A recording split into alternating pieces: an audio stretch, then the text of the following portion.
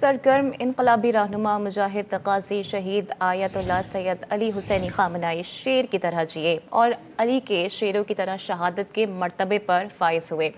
یہاں کے قاصے پر سپاک نظاموں کے خلاف جمہوریہ اسلامی کی بقا کے لیے خون کے آخری قطرے تک ڈٹے رہے۔ 36 سال ایران میں رہے، زندگی کا آخری غیر ملکی دورہ بحیثیت صدر ایران چین کا کیا۔ اسرائیل اور امریکہ کے حملے میں جان اللہ کے سپرد کر دی، لیکن حسینی افکار پر کوئی لفظ نہ آنے دیا۔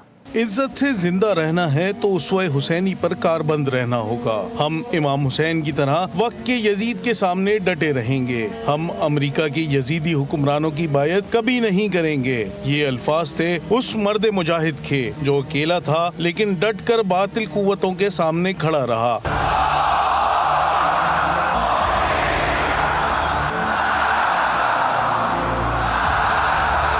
سید علی خامنہئی ایک عالم باعمل شخصیت تھے۔ 19 اپریل 1939 کو مشہد کے باوقار مذہبی گھرانے میں آنکھ کھولی۔ ان کے والد سید جواد خامنہئی کا شمار مشہد کے جید اور قابل احترام علماء میں ہوتا تھا۔ گھر میں پہلے ہی قابل اور جید علماء کرام موجود تھے تو پھر سید علی خامنہئی کو اپنے مستقبل کا پہلے سے کیوں نہ پتا ہوتا۔ سید علی خامنہئی ذہین تھے اور اتنے ذہین کہ 4 سال کی عمر میں ہی مشہد میں درس قرآن سے تعلیم کا آغاز کیا۔ 1957 میں نجف اشرف چلے گئے، لیکن جلد ہی والد کی خرابی صحت کے باعث واپس مشہد آ گئے اور پھر قم میں ہی بس گئے اور سب سے بڑی دینی یونیورسٹی حوزہ علمیہ قم میں داخلہ لیا اور آیت اللہ سید حسین بروجردی اور آیت اللہ سید روح اللہ خمینی کی شاگردی اختیار کی۔ وہ عام طالب علم نہیں تھے، ان کے دل میں انسانیت کا درد تھا، ظلم و جبر کے خلاف ڈٹے رہنے کا جذبہ تھا، اور یہی وجہ تھی کہ وہ ایران میں رضا شاہ کی ظالمانہ حکومت کے خلاف ایرانی انقلاب کے بانی سید روح اللہ خمینی کے دستے راز بن گئے تھے۔